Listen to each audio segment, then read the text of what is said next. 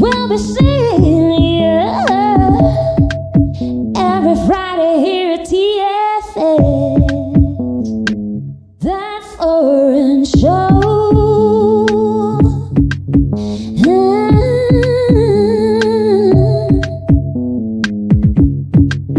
We'll be seeing you on that foreign show. We'll be seeing you. We'll be seeing you every Friday here at TFS. That foreign show.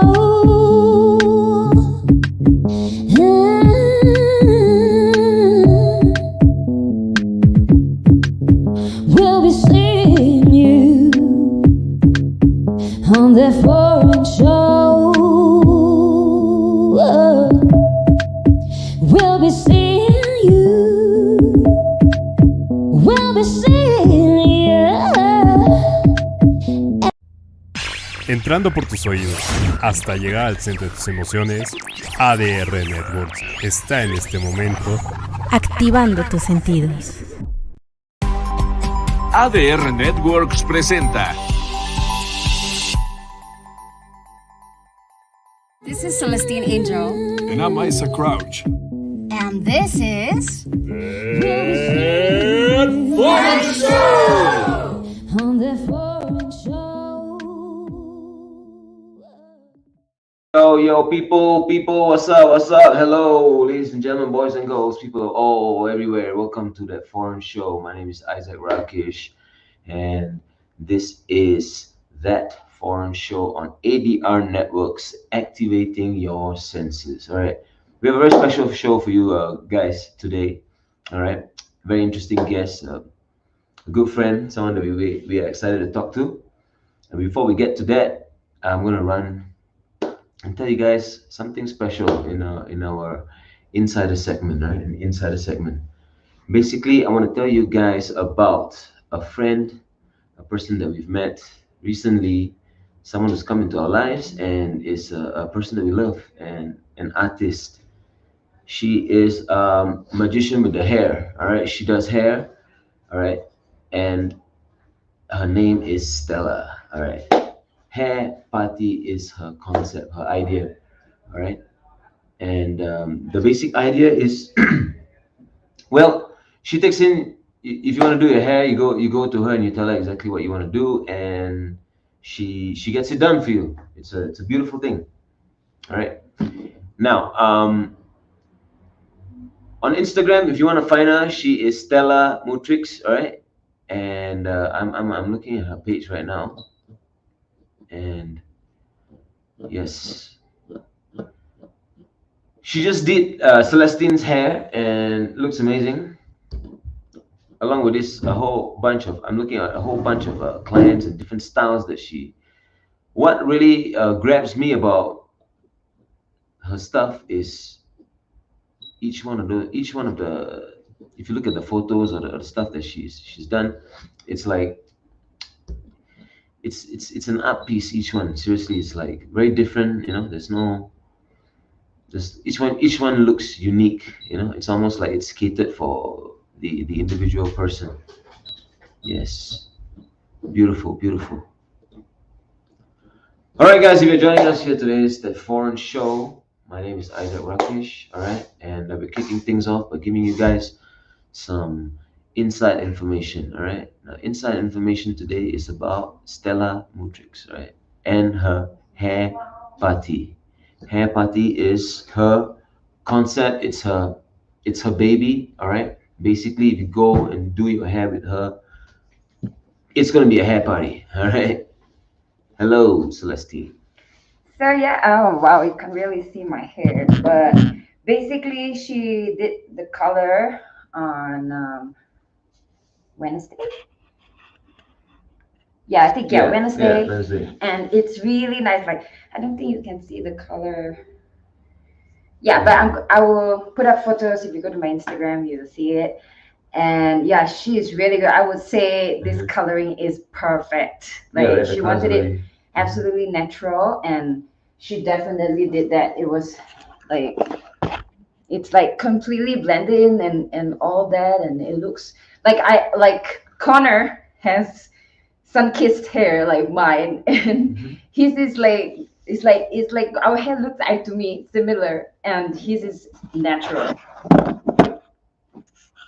Yeah, and mine looks like that, and that was her Yes, intention. and She wanted it to look Connor, natural. the guest who's gonna come on. Yes, Connor is the guest that's gonna come on. Have you Yes. mentioned him? No, we haven't mentioned his name yet, but that's who we're gonna be talking to. So Connor is from the U.S. He's from Iowa, Yeah. and yeah. So let me just flip it. Sorry. So today's episode was actually we're gonna go into the theme of running a business, during COVID and also post COVID. What the differences are, and how that whole challenge must have how it must have been. Quite it must have been quite challenging, to actually to do this, and Yeah, and we it'll really be want to talk to him interesting about to it. chat with him about it because Yeah. he's an entrepreneur. We also want to know, like, did he create the business that he's going to talk to us about, like pre-COVID or post-COVID? Yes. Okay, so and right now, like, maybe you could tell them a bit more about Connor while I share the link. Yes. Yeah. Okay, so guys, now very interesting. Let me get this shot. Okay, we're talking about entrepreneurs, right? And if you've joined us for the previous episode, it's a kind of a common theme kind of running through these episodes, and it's got to do with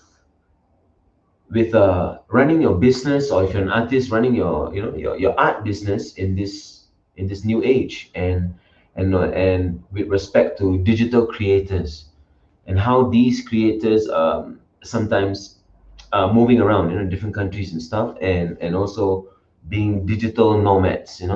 Yeah. Yes, and so with this idea of digital nomads, or running this kind of this kind of theme, Mhm. we want to actually see what happened during COVID, and how companies like that could even survive. Right, how and business like that, I mean, businesses in like that could even general, survive. the digital nomad topic is very interesting to us because it is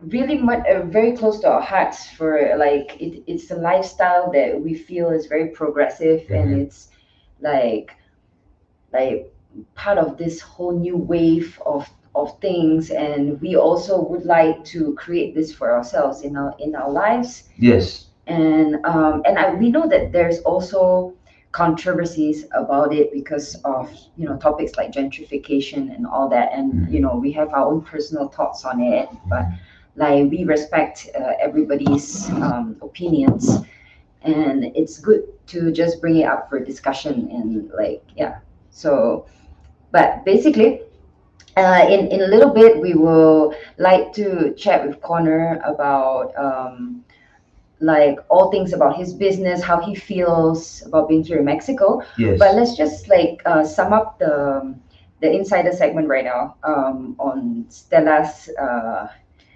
hair party. You Yes. mentioned that it's called hair party, Yes. right? We love the name. Yeah, that's a great name. Like, Yeah. she's like, from what we know, she studied with Aveda, which is like a natural brand. I think we have Okay. mentioned Stella like along with some other insider um, topics before, but right now we are featuring her like as the main. Okay. And Yeah. I really That was think the idea. that she's the stylist to go to. I Yes. love her. She's like, chatting with her. Also, you just feel like you've got a friend. I mean, to be fair, like, we were already friends, but Yeah. like, yeah, she's just awesome. It's like a whole comfortable experience when you sit there, and when she washes your hair, she massages it really properly, like, which is the experience that we get back in Singapore, back in Asia. So it's nice to have that full experience.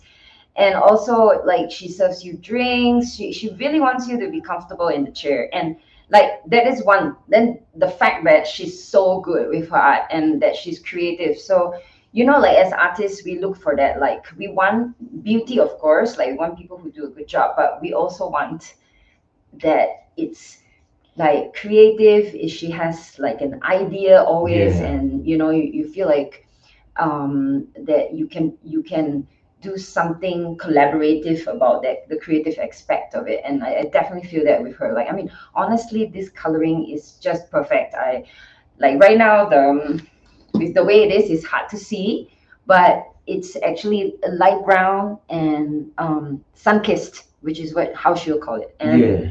And she also did the cut. Like, I tried to make it cool before, but it has been a few days. So yeah, basically, like, my hair is the kind that I need to wash and style it on the spot. Then you can really see the style. Yeah. But yep. And also, I mentioned, looking at her page, and looking at all these different photos, all the different clients, you see that everyone looks kind of different and unique, Right. It's like you can tell that she actually takes the time to sit down with you and find out what each client really wants. So yeah, that is the vibe really, that I get when yeah, like really, she's an awesome person, and yeah, and you can trust her with your hair. And so, like, you can contact her on, like, I will put link on the Facebook comments, and you can check her on Instagram, and you can contact her from there. Yeah, and also, if you want, you can connect with us, and we can tell you more. Yes. Yeah. But yeah, obviously, if you're sharing here on Insider, I would say she's very good. Like, I've already said that, but also that she speaks English. So for those of you who prefer to talk to your hairdresser in English, she's the one to go to. She's American. And also, like, if you're Mexican and you just want to, like, practice your English, she speaks both Spanish and English fluently. So yeah. Beautiful. So now we're waiting for Connor. Let me see where he is. Let me just drop. And okay, so since you're waiting for Connor, let me just tell you guys a bit about Connor's business. I mean, from what we understand. Oh yes. Right. Connor is involved basically in generating capital for startups. Kind of like what you might call an angel investor. And I'll let him get into the specifics, but the idea of what I understand is as such. And he's also the vibe that I get, very much involved in being progressive with technology, with investment, with how you use investment in building your companies. And this is where the digital nomad thing comes in. And also why we are very interested to talk to him about how COVID actually affected his business, and about how post-COVID, what the differences are, and in what way has things changed, or how has business improved, in what ways has it grown, and stuff like that. Yes. Okay. And angel investors, so, this is sorry, yeah, go ahead. Sorry, because Connor is backstage. Oh. And he's here. He's in the green room. So guys, can you let Connor in? He's already backstage. Let him in. Carlo. Let him in. I thought we could see if Connor's backstage. Our brother's backstage. Yeah. Please let Connor in. Yes. All right. So, okay, while we're waiting. Hey! We made it. Yeah. There he is. Look at our beautiful friend Connor. Thank you for joining us. Can you hear us? What's up, y'all? Thank you for having me. Good to see everybody. Great. I'm just gonna turn. Let's turn the volume a little because we can't hear Connor so well. All right. Yep. So okay, I'm going to read off what, like, Connor told me about his company. Yes. Okay. Oh. Okay. So it's called Oxo. Yeah. All right. Yeah. Okay. Yeah. Go. Yeah, we should do it like that. You do that, and then he can correct you. Okay. Right. And yeah. Yeah. So basically, he says it's called Oxo Partners. Is it? Wait. Let me look for it. Exactly. Okay. Oxo Partners, bro. What do you Then they tell? help startups raise money, execute mergers and acquisitions, better plan and manage their finances. Yep. So when did you start this company? Like pre or post COVID? It was kind of a mix. It was right in between. So my background's in investment banking, and so is my co-founder, Jake, and most of the people on our team. And I was working at the investment bank in San Francisco until January of 2021.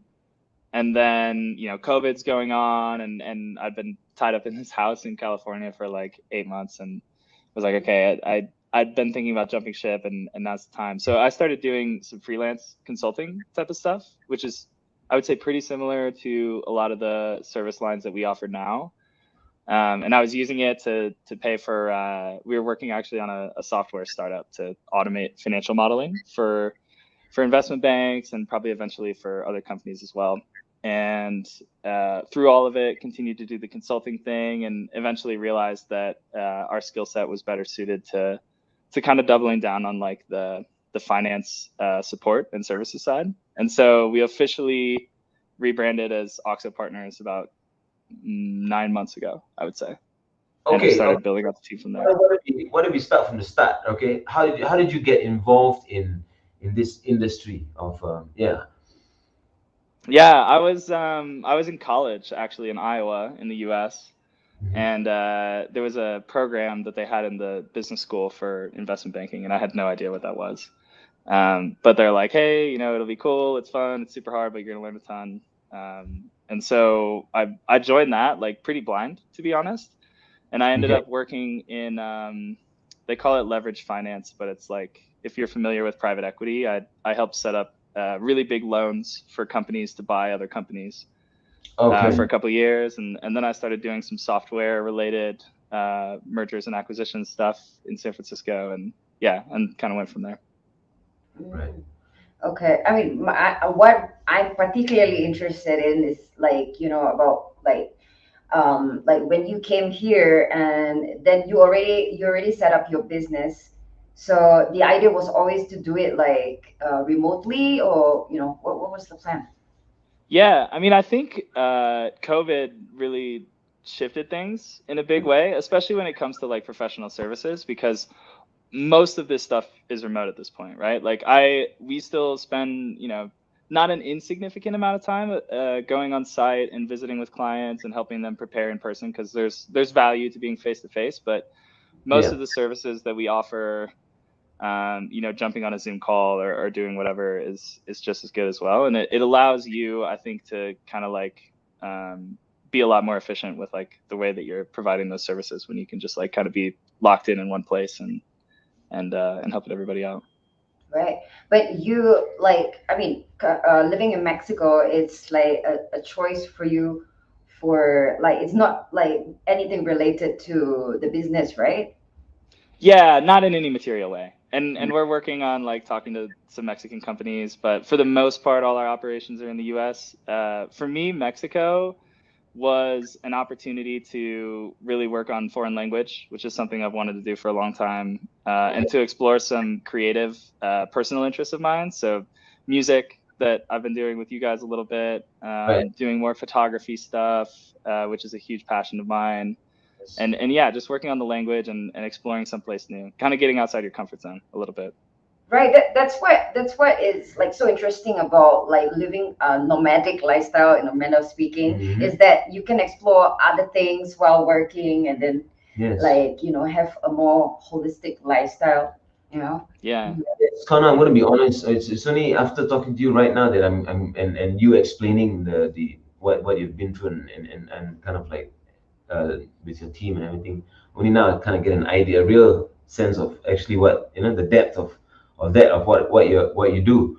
And actually we have this question. I mean, like, how did you manage risk? I mean, like, it is a risky thing, that investing in a new company or new projects in the first place. I mean, with COVID and everything, how did that play out for you guys? You're a consultant for that as well, right? Like, and so then for yourself personally, like, how do you manage risk?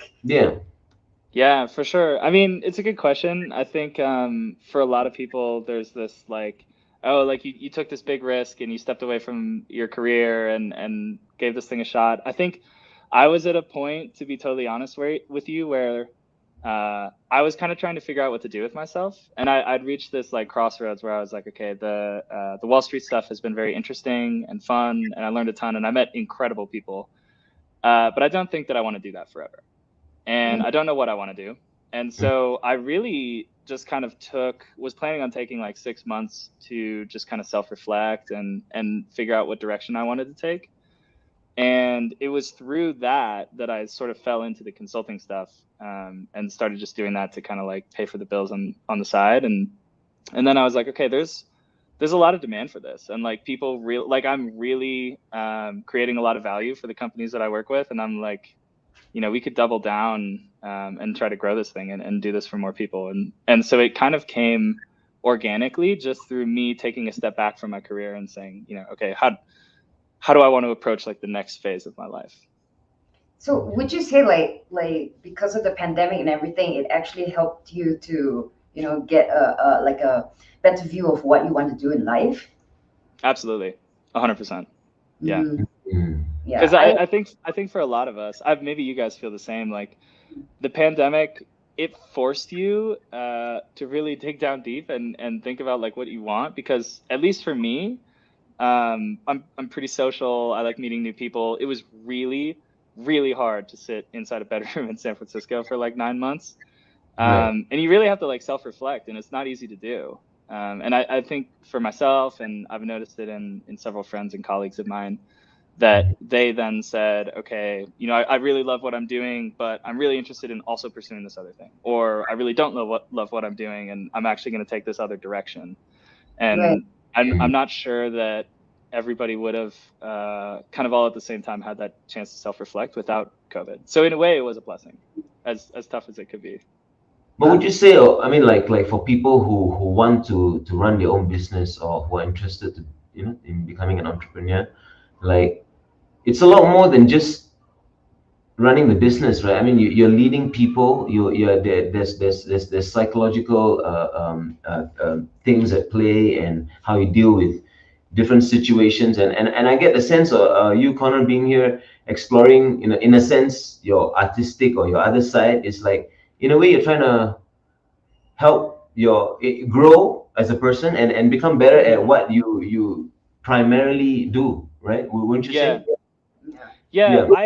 I feel that there's kind of two approaches to like your work life and your personal life, and one is, you go to work during the day, and then you have like this entirely separate persona at night or whatever, and you separate the two. And I have a lot of friends who do that and love it and do it very well. Hustle for the weekend, right? Exactly. Everybody's working for the weekend, right? My approach has been different throughout my whole career, where I very much view everything that I do as an extension of me, and it all blends together, right? So like my life in work, it blends in with my life with my friends, and a lot of my friends are old coworkers, and you're traveling and you're still working and you're doing music stuff, but then you have to, so my point being, I think that everything that I've learned in artistry that I take away from that, I then apply a lot of that empathy, and like getting up on stage and singing is an example of something that's terrifying to me. But having done that, and then taking some of those skills into like a boardroom or into like a sales call or whatever it is, or talking to like people who work at the company with me, like yo, Celestine wants to know about your singing. I haven't done enough of it. I didn't know what you're saying. There's more to go, but I played at a friend's bar here. Canna Banana is a really, really cool spot that's owned by a good friend of mine, Bruno, here in Polanco. I played a few songs over there, and have just been kind of trying to work my way into the music scene. And I played a little bit in San Francisco when I was living out there as well. But so you sing and play? You play guitar? Yeah. Okay. Yeah. Okay. Nice. I thought you only played the guitar. I didn't know that you sang. Okay. Yeah, singing was my first love. I grew up doing. I was a total choir nerd. I was in like we called it the chamber choir, and you were dancing and you were singing. Yeah, I did all the theater stuff, and I stepped away from it for a long time when I was like focused on finance and on all these other things. So rediscovering that has been, I think, really, really fun for me, and intimidating in a lot of ways, but in a good way, like we said, like getting outside your comfort zone and going for something that you love that maybe you wouldn't have in the past. Oh, it's pretty cool that like you do the finance stuff and you're also very artistic, so you have like both brains going on. Yeah. Yeah. And it's very, I guess it's something very important, no?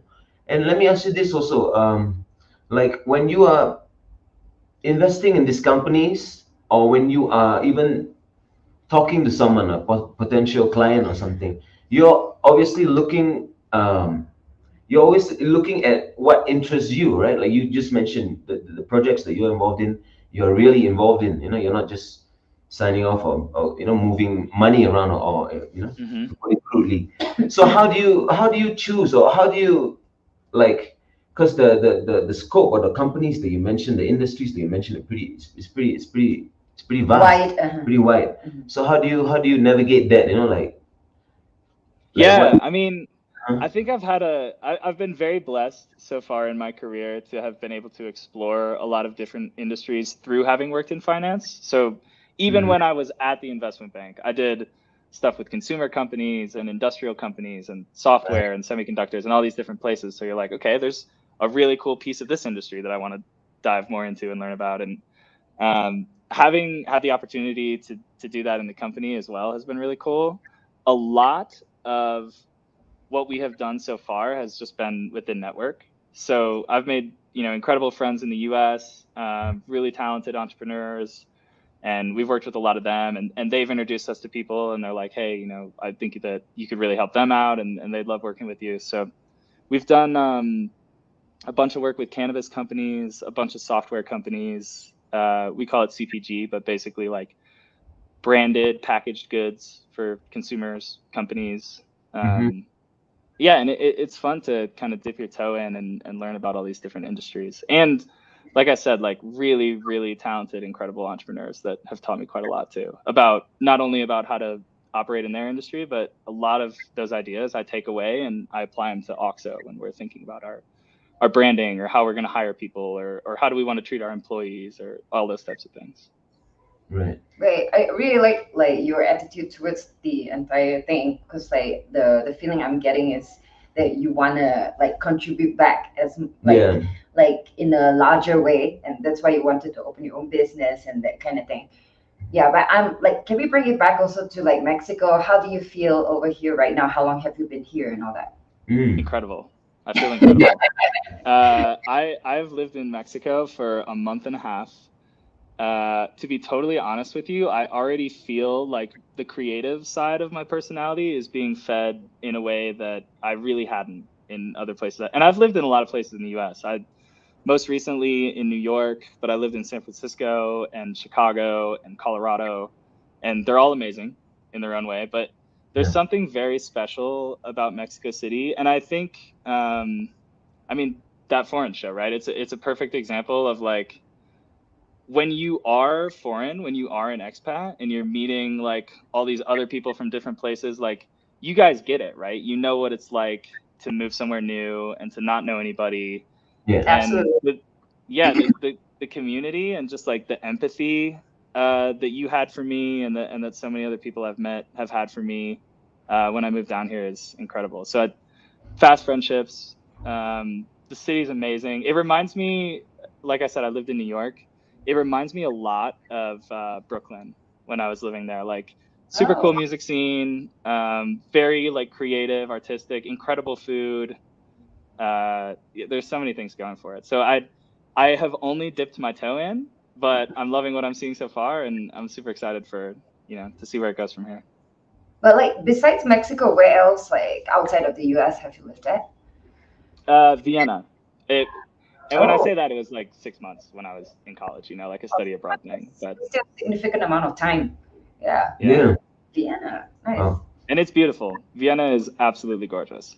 It's very different vibe than Mexico City, but yeah, they're both special in their own way. Yeah, and like, I mean, you arrived in Mexico City when the pandemic has completely let up.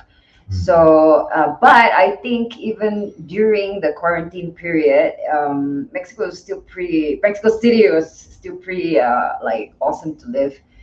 Yeah, I mean, definitely there were it felt a lot more restricted, and right now everything is like open up again and all that. And Yeah.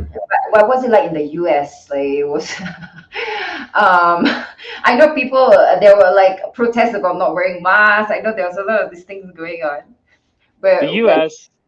is I like as an American and I guess having lived in multiple different places, it's a very large and very complex country. Like people have like or I think some people sometimes have like a concept of what an American is or how Americans behave. Right. But I'm here to tell you that there's no such thing as like the American, right? okay. Like, I mean, somebody who lives in the South is so different from somebody who lives in San Francisco, and they're so different from somebody who lives like out on the Northeast in New York or Boston or something. Right. So it very much depended in the U.S. on where you're at. But San, I spent most of COVID living in San Francisco. It was a very, maybe conservative isn't the right word, but like they were very, very safe about COVID, very locked down, very much like trying to look out for community. And I think there are some benefits to that. But I think for myself and perhaps for a lot of my other friends in San Francisco, it was hard to be that cut off from each other too. I don't think we fully appreciated like the impact that would have on people as well. So Mexico took, I think, a slightly different approach, but yeah, it's hard to say what the right move was, I guess. Yeah.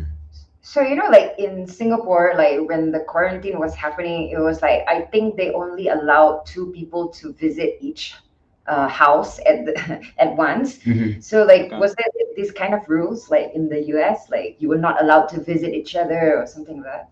Yeah, and it totally depended on where you're at, right? So you could have been in, I think Arizona and Texas are pretty good examples of places where it was kind of like no rules for the most part in the US during COVID. Like kind of do whatever you want to do. Like we'll try to, we'll take care of people in the hospitals when we need to, but like we're not going to impose a bunch of rules. And then Okay. you have San Francisco is an example of a place that I think was very different, or New York, or there, other cities like this as well. They were pretty locked down. I lived actually at the time in a house in the Haight-Ashbury neighborhood of San Francisco with 12 other people. And it Okay. was technically illegal for us to have gatherings that large, but like we all lived together. So obviously we were going to gather together. Yeah, we would carry a sign around with us when we went to the park that said like, we promise we live together. Like, don't hate us. We're not having a party. Oh, I like that. Sorry. Yeah, it was Okay. funny. But Yeah, Wow. I wanna. But I mean, at least you had like a whole community of people to live with. I think it would Yeah. be like way more boring for you because we know how many friends you have. Like yesterday when we met you, it was like, whoa, there's like a lot of people. Yeah. Yesterday was some of the best. Some of my very, very best people for sure. Yeah. And I'm glad that you guys could be part of that. For sure. Fun vibes, man. Right. So basically, let me tell the audience. So yesterday we met Connor. He had like 20 over to 30 people that arrived from the US. They all came to visit him. We Great were bunch like, of people. well, okay, Connor's very popular. They actually came to visit him from the US. Like, so cool. Yeah. Yeah. I have great friends for sure. Great friends that also love to travel, so that helps. So Bruno, your friend, he's also from the US, and he opened establishments here, or like he's Mexican. He's neither actually. So Bruno is from Brazil originally, Oh and yeah. he moved here a lot. I met him pretty recently. Of course, I've only lived here for a month and a half, but he moved here from Brazil. I want to say 15, 20 years ago. He was doing some modeling stuff, and then kind of worked his way into the restaurant scene. And he's like, okay, I'm gonna open this up and see how it goes. And he's had several bars and restaurants at this point. I don't even know how many. With a real focus on like building community. So his big thing is My Joanna is the restaurant that we were at yesterday, which is incredible. If people are looking for a place to like go dance, like they have samba nights Friday, Saturday, bossa nova on Thursdays. And the jams are on Wednesdays, or like yeah. Well, I was talking to him. We're gonna try to get some jams going on Wednesdays. He, I think, plays often on Wednesday nights himself. And he was like, yeah, if you want to come through, like your friends are super talented, we'd love to have you. So musicians, come by on Wednesdays. But yeah, it's Mejawana, as I understand it in Portuguese, is basically like do your mess is a rough translation. And so he's like, yeah, he's like, Mejawana is a place for you to come and just like do your mess. Like just have fun, bring your friends, it's casual, you know, like we're all hanging out. It's not too like formal. We want you to be comfortable, like kind of that family community vibe, which I think is so incredible. That was exactly the vibe, right? It felt casual, like you can do whatever you want, but also at the same time very stylish. So you feel like the whole place had a vibe. Yeah, I really like it. And really comfortable too. Yeah. And absolutely. And the musicians are incredible. Yeah, the musicians were so good. Yeah. Like really top notch. Like And the service staff or the people working there, they really love being there, and you could tell that they really were happy the time and talking about the place and everything. Yeah, but I thought Bruno was a friend from before, but you met him here when you arrived. He is just a really warm, kind, welcoming individual. But yeah, I fast friends. It feels like we've been friends much longer than we have. Right, like kind of like how we feel with you. Like we are like, you know, close friends already, but we just met. Yeah, not bad. You arrived and like you made like a whole bunch of friends. Like so, yeah. I guess you were like that kind of dude. Everybody's friend. Mexico seems to be a good place to do it, or so it seems so far. Yeah. Right. Hey, let me ask you this, man. Since you're in a position and that you are, and you see, I mean, many different companies and movements and things. What do you feel about like this new wave? I mean, Web3. I mean, I know it sounds like a very general question and everything, but in relation to artists or new businesses or people who are wanting to make the best use or position themselves in a way that you know that will give them an advantage, you know, like Yeah, I mean, there's a lot of really interesting things happening in technology right now. I think my opinion is that we're at a phase where the infrastructure is being set up and it's not entirely clear how things are going to operate. And that's part of the exciting thing about it. So some groups of people are going to do really well, and they're going to set up like the backbone of Web3 for all sorts of different applications. Right. And what likely happens after that, and what happened in like, you know, Web2 or whatever, is like, then once you have the infrastructure and you have the main players and all that type of stuff in place, then you have people who can come in and do really specific applications. And so you can say, yeah, like I'm going to build X on top of whatever, or like this exists for finance people to transfer money, but like now I want this to exist for music people to transfer rights or different pieces of a song that could be licensed out or whatever it is. Right. And so, yeah, there's a long way to go. I'm by no means a prophet, nor do I often even try to determine which direction we're headed, but things are going to look very different like 10 or 15 years from now than they do right now. And I think it'll be much easier to access the ability to like move around money and execute on legal contracts and start businesses and do all these different things. And I'm excited to see what direction that takes. Well, what about like for a person, and I'll say an artist or a musician, and they're trying to get bigger and wanting to have a footprint in Web3 and also have a strong presence. And are you asking for us? No, yeah, for us, and also for any artist or anyone who's starting a new business, whether you're selling merch or whatever, and I guess really the question is kind of like, there are safe things to do, things that like YouTube, get YouTube videos going, get your videos going, do this, do that. But then when it comes, when you're talking about like your web avatars or like starting to develop a presence on, when it gets to that realm of dealing with cryptocurrency and integrating all that kind of stuff, it can be a bit daunting for new people. So what would you suggest? Like, what approach? Or should we wait and see, or should we let things get more build up, let the infrastructure, or try and be a part of actually building it? What would you suggest?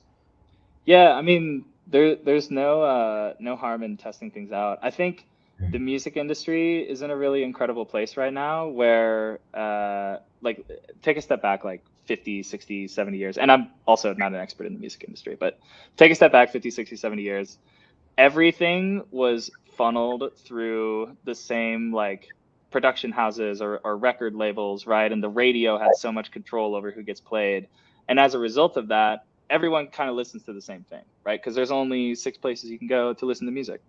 Nowadays, it's totally different, right? Like you can purchase Logic or Reaper or whatever software you want to use, and you can create music at home. Anyone can do it. Microphones, like whatever you need, you can buy it, and then you can self-publish your own music, and you can promote yourself, and you can go out and make things happen for yourself, and that is really exciting to me. And I think that plus like Spotify and the way that we digest music nowadays means that everyone's musical tastes have expanded quite a bit, and we've become much more like niche, right? Like what is recommended to me on Spotify is likely totally different than what's recommended to you, and it's totally different than what's recommended to our other friends, and that's cool. I think if you're a musician, again, not qualified to give advice to musicians, but there's a really good friend of mine who's going through a lot of this in Nashville right now, Garrett, that you met last night. And I think one of the most powerful things for him has been he started working with like a kind of really well-known former producer in Nashville who was used to doing things in the very like structured, we start here, we do this, we talk to these people, we get on this record label, we do whatever. Okay. And it was working, but it was going very slow. And Garrett was like, okay, I kind of want to take control and just try to make things happen. So he's like, I'm going to promote myself on TikTok and see if I can get seen that way. And I'm going to work with these younger, hungrier producers who have Logic in their basement. And we're like sitting in a room and they're creating incredible music. And they're just able to like crank things out so quickly. And because he's starting to build an audience and he has a following and he's basically proving out his own concept, if you think about like music as business. Now later on when he goes and he's like, okay, I want to start talking to record labels, well, he has a lot more power and leverage and control now because he can say, look, there's already 100,000 people listening to me on Spotify or 500,000 or whatever it's going to be. So you don't have to take as much of a bet on me and fund me. I'm already doing that, which I think is cool and in a unique position. And like on a separate note, like, are you producing your own music right now? I produce really terrible music. I have Logic, and I took a class on. I love Udemy, the website, Udemy and Skillshare, and I took a class on producing music in Logic, and then I realized that I'm unlikely to ever be that great at this, that I should just work with my friends who know what they're doing. But I love it, and it's super fun, and I think like just having been under the hood a little bit, it helps when I go in and try to make music to say like, okay, I get how this works, right? Like I'm not good at doing it, but I kind of know what I want and I can give you direction. And then you as the person who is actually good at it can help me make it happen. So. Right. I mean, like we were doing that with other producers as well. Like, we thought like we didn't go to sound engineering school or anything. And so it's better to work with producers and all that. But like right now we have started doing it completely ourselves and it's so fun. Really... What do you use? What software again? Not that it matters that much. But... Ableton. Ableton. I wanted to use Ableton, but it was even more daunting for me to try to learn. So I'm like, okay, I'm going to stick in the Apple ecosystem. They kind of simplified it for me. Yeah, when we next meet, we could share some of our stuff. And then we can share. Maybe Isaac can show you some Ableton things. Yeah, we can talk music. Yeah, please. I would love that. I mean, we now know your intention in Mexico is like to really explore the artistic side more. Yeah, we can just always talk music and do like creative things together, do videos, whatever. Yeah, we're super open to it. Yeah. Okay, random thought for anybody who is like one of these kind of like nomadic types. I think one of the coolest things I found on the music side, if you're someone who travels, is I don't own a guitar amplifier anymore. I don't own like large like electric pianos or any of this stuff. Like all I have is like a little MIDI controller that our friend Yilo actually lent to me, an electric guitar, and like my software. And because you can just plug everything into the software, like now I have 100 different guitar amplifiers just built into my laptop that I'm already traveling with, and you can just like plug in and play, and it's like super easy. And yeah, you're not lugging around amps and stuff. So anyways, that was a big finding for me in the last like 2 years. This is a great point because as like, I mean, we've been here a long time, but we also like have always like preferred to get smaller stuff so they're more compact. And right now, like, our entire setup for even doing a show, it's completely compact. Yeah. Yeah. Yes. Yeah. We love it. Yeah. Yeah, like we have a table that is completely foldable, and then when you open up, it's just like this. It like we can do our shows like Yeah. I've been trying to focus a lot lately on I've tried to start all sorts of different things, and like as an example, there was a podcast that I was going to do with a friend of mine last year, and I just went like too big too quick, where I was like, oh, we have to have all this professional stuff, and I have to like edit everything by hand in Logic. I have to do all these different things. Eliminating all the distractions and all the extra clutter, and just being like, okay, I'm just going to get, you know, the things I absolutely need, and I'm just going to focus on putting stuff out. It doesn't have to be absolutely perfect. Like done is better than perfect is something that I'm really trying to internalize in 2023. And I think it's already making a difference for me on like the content generation side for work at OXO and for some other stuff as well. Yeah, like so it sounds like you're doing that too. Be honest, yeah. Yeah, it's really good point, because like as like nomads, like we really need it's like it's the life path of minimalism actually, right? Like you have to like you have to be ready to move, you know, the least things possible, and then your mind is more free, and clears the clutter. I like that image, and it kind of brings up this other image also of this thing about Steve Jobs after being kicked out of Apple and being back, and about how when he was in sort of like in work mode, like his work area would be like completely empty except for like a lamp and what he's working on, you know, and that kind of like gives you that kind of feeling of the focus. Yeah, like right? the blank canvas. So you can get more creative or access information from, you know, collective consciousness or whatever you call it. Yeah, totally. So like that's also one great thing about like moving to another place, because you start from scratch basically. You bring as little things as possible, and like this whole digital nomad thing is very a topic that's very interesting to us, because it like what I said in the beginning of this episode, like I think it is a very progressive lifestyle. Yes, and it's something that is. Would you say? I mean, in your words, that it is like something that is becoming the norm. You know, I mean, like what you said now, in terms of music, it's like people are being able to create music at home, right? Yeah. And pretty much this need for these creators to be moving around and creating content and being digital nomads, I think it's becoming more and more of a norm, right? I mean, and it's so great to just be able to experience more of the world. I mean, if you can work remotely, it's amazing to just go and see everywhere, right? Let me ask you this.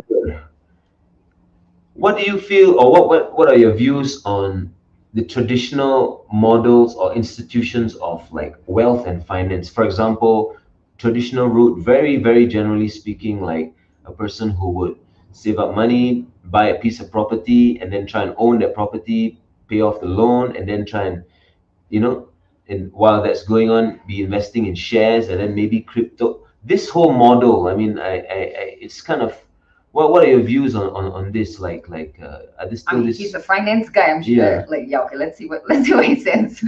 Yeah, my father was basically like a financial advisor. He started off doing futures speculation. So without like burying us in too much jargon, like he was kind of like a stockbroker that like made bets on whether like the prices of different agricultural products were going to go up and down. And then he moved into away from like the riskier stuff towards like financial advising. And the thing that I'll say about that, like almost two answers. One is investing and planning ahead is super powerful. And as someone who studied finance and still does finance related stuff, I understand the power of like compound interest. And so like if you save now, like it makes a really large difference down the line, especially with time. So it's important. And like you want to have, at least in my opinion, like that kind of nest egg just for safety. But for me, like what I try to buy more than anything else is just like freedom and flexibility and like the ability to go and like kind of do whatever you want and not have to be like stressed about like, oh, if I have whatever happened, then I'm like, you know, I'm out of luck and I'm gonna have to figure it out. But then that traditional model where it's a balancing act for me that I'm trying to figure out, because there's also a traditional model where you just become like locked in that game and you're super risk averse and you're like, I work in one place and I'm so focused on my job, and eventually I'll do life down the line. But then life kind of passes you by, and then you're like, you know, retiring when you're older, or maybe at that point you don't even want to retire anymore. And then you're like, well, what was I doing? I wasn't exploring the things that mattered to me, or spending time on the relationships that mattered to me. So yeah, I'm very much in the midst of figuring that out myself as well, but everybody probably is for most of their life. Yeah.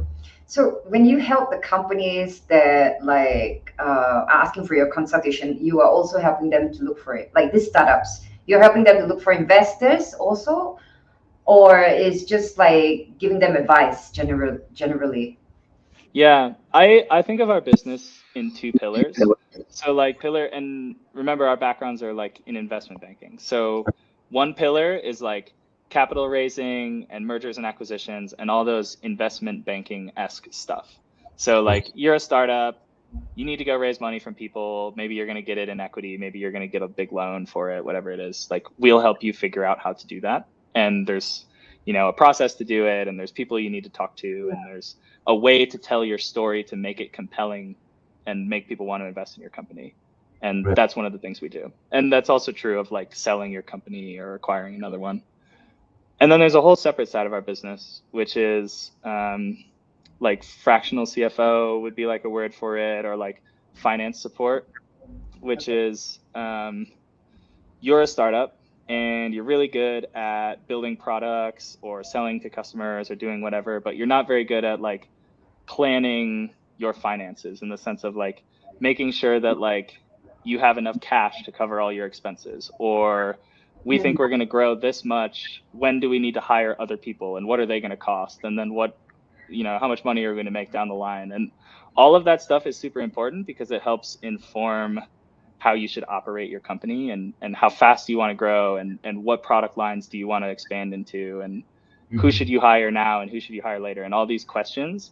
So like that side of the business is basically taking all those questions and then trying to run analyses that help you get a clearer picture of what direction you might want to go in.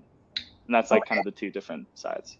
And if Mexican startups want to work with your company, it's also an option for them, right? As in you can. Yeah, right? absolutely. Okay. So if I hear of anyone, I'm going to send them your way. Yeah, for sure. We're working on, I'm trying to get some team members, actually, a couple ex-investment bankers from down here in Mexico.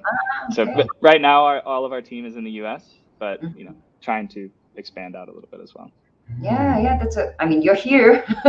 Exactly. Today, So we have only like a few minutes left.